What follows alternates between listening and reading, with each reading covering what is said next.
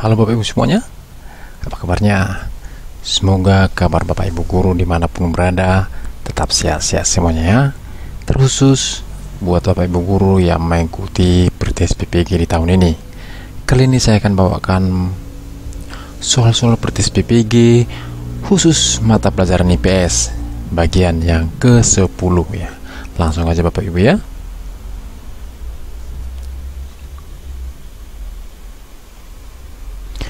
Menurut pandangan teori behavioristik, dalam proses belajar siswa dibawa menuju atau mencapai target tertentu sehingga menjadikan siswa untuk tidak bebas berkreasi dan berimajinasi disebut proses A. Reinforcement, B. Shaping, C. Input, D. Mimetic, E. Observable.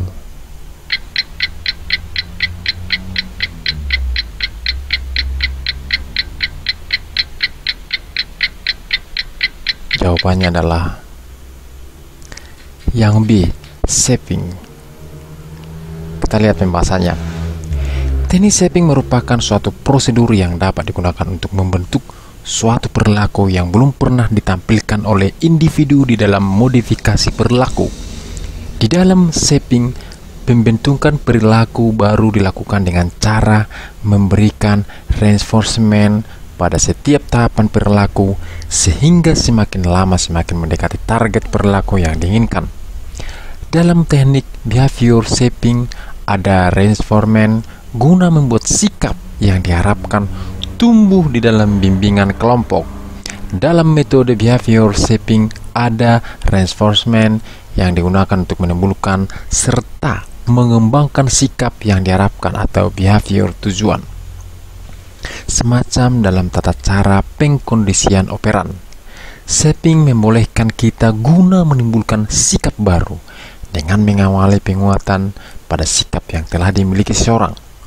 Sikap yang telah dimiliki seseorang hendaknya tumbuh sebagai bentuk-bentuk reaksi yang secara bertahap berganti mengarah sasaran behavior.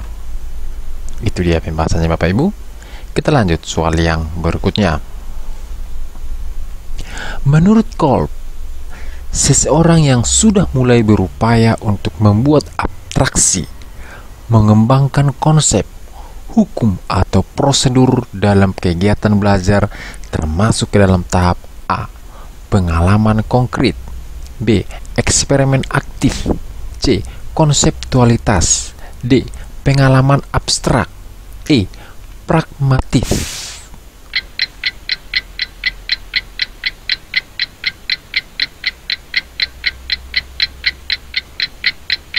Jawabannya adalah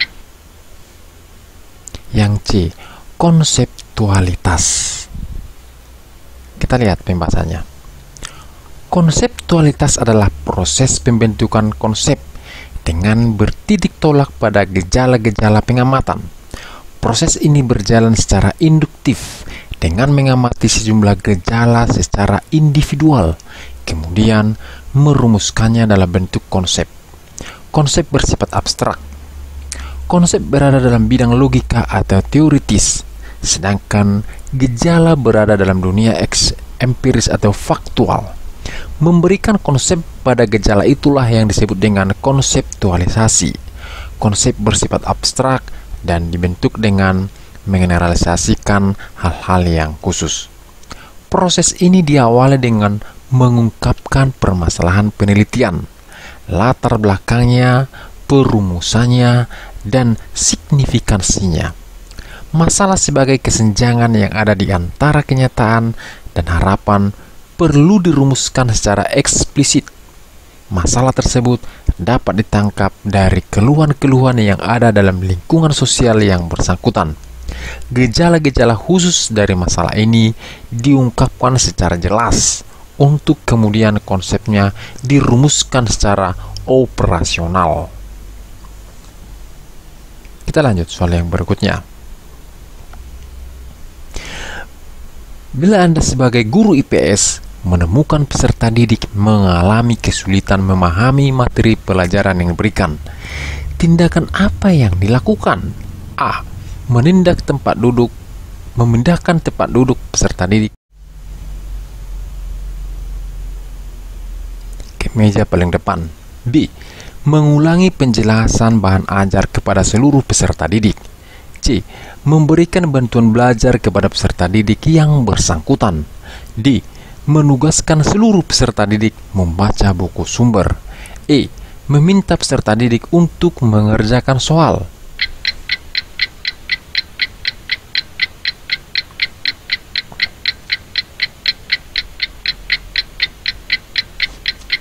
Jawabannya adalah C. Memberikan bantuan belajar kepada peserta didik yang bersangkutan. Kita lihat pembahasannya. Cara mengatasi kesulitan belajar.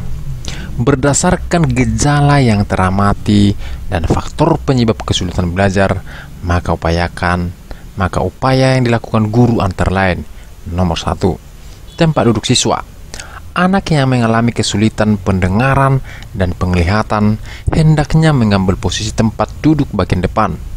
Mereka akan dapat melihat tulisan di papan tulis lebih jelas.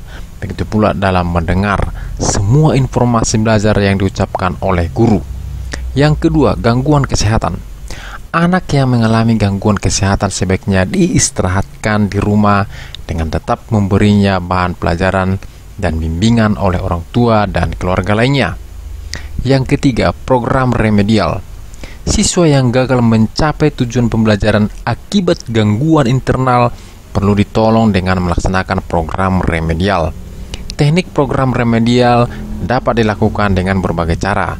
Di antaranya adalah mengulang kembali bahan pelajaran yang belum dikuasainya, memberikan tugas-tugas tertentu kepada siswa, dan lain sebagainya. Yang keempat, bantuan media dan alat peraga. Penggunaan alat peraga pelajaran dan media belajar kiranya cukup membantu siswa yang mengalami kesulitan memahami materi pelajaran. Boleh jadi kesulitan belajar itu timbul karena materi pelajaran bersifat abstrak sehingga sulit dipahami siswa. Yang kelima, suasana belajar menyenangkan. Selain itu, yang tak kalah pentingnya adalah menciptakan suasana belajar kondusif. Suasana belajar yang nyaman dan menggembirakan akan membantu siswa yang mengalami hambatan dalam menerima materi pelajaran.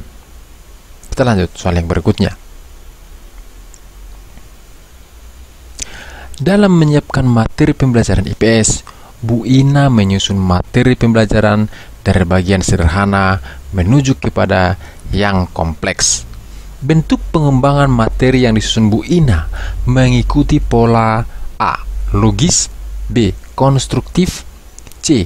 Inquiry, D. Psikologis, E. Kontekstual.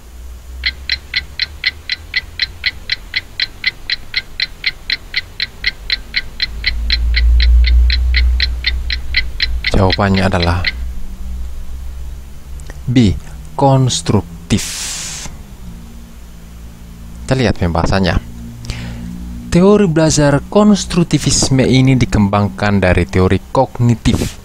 Adapun tujuan penggunaan teori ini adalah sebagai berikut: membantu peserta didik dalam memahami isi dari materi pembelajaran, mengasah kemampuan peserta didik untuk selalu bertanya dan mencari solusi atas pertanyaannya, meningkatkan pemahaman peserta didik terhadap suatu konsep secara komprehensif, mendorong peserta didik untuk menjadi pemikir aktif.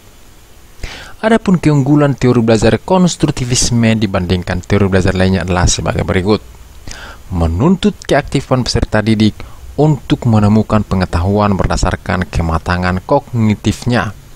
Teori belajar ini fokus pada kesuksesan peserta didik terhadap sesuatu yang telah ditugaskan.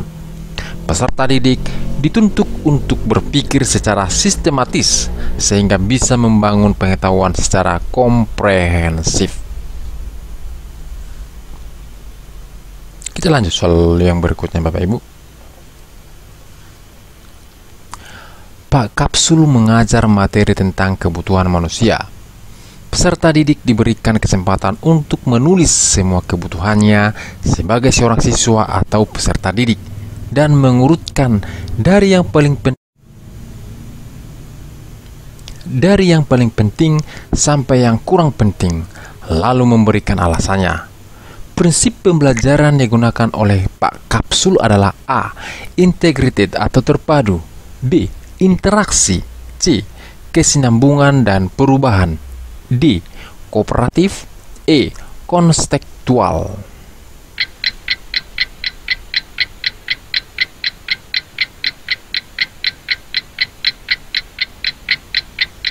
Jawabannya adalah D. Konstekstual. Kita lihat pembahasannya Bapak Ibu. Pembelajaran kontekstual adalah pembelajaran yang menekankan pada kaitannya antara materi yang dipelajari dengan kondisi di kehidupan nyata yang bisa dilihat dan dianalisis oleh peserta didik. Artinya, saat kegiatan pembelajaran berlangsung, peserta didik seolah bisa merasakan dan melihat langsung aplikasi nyata materi yang sedang dipelajari. Adapun contoh pembelajaran kontekstual di kelas adalah sebagai berikut. Guru mempraktekkan renang gaya kupu-kupu di hadapan para peserta didik. Guru menampilkan gambar rangka manusia untuk menunjukkan bagian-bagian rangka manusia. Guru membawa bahan ajar berupa perkecambahan untuk menunjukkan proses pertumbuhan biji. Guru membawa contoh koran atau majalah sebagai bahan untuk membahas berita. Guru mengajak peserta didik di daerah yang rawan banjir maupun longsor untuk menjelaskan struktur tanah. Kita lanjut soal yang berikutnya.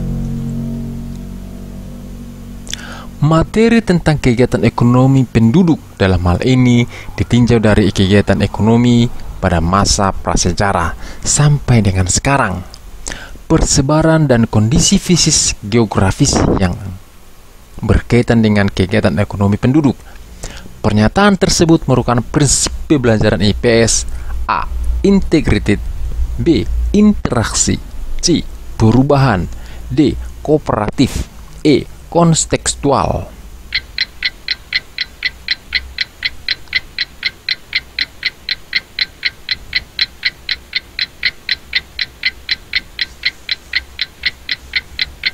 Jawabannya adalah A. Integrated. Kita lihat pembahasannya. Integrated learning atau pembelajaran terpadu merupakan paket pengajaran yang berhubungan berbagai konsep dari beberapa disiplin ilmu. Metode integrated learning berorientasi pada keaktifan siswa. Pengetahuan awal siswa sangat membantu dalam memahami konsep dan keberhasilan belajar. Untuk itu, guru harus kreatif dalam mendesain metode pembelajaran yang disenangi dan bermakna bagi siswa, sehingga siswa dapat menghubungkan konsep yang dipelajarinya dengan dunia anak dalam kehidupan sehari-hari. Dengan demikian, diharapkan siswa dapat lebih mudah memahami materi yang diberikan. Demikianlah soal-soal praktis PPG tahun ini dan pembahasannya khusus mata pelajaran IPS bagian yang ke-10. Semoga bermanfaat buat Bapak Ibu Guru dimanapun berada. Semoga Bapak Ibu Guru sukses selalu dalam mengikuti pretest PPG di tahun ini. Sekian dan terima kasih.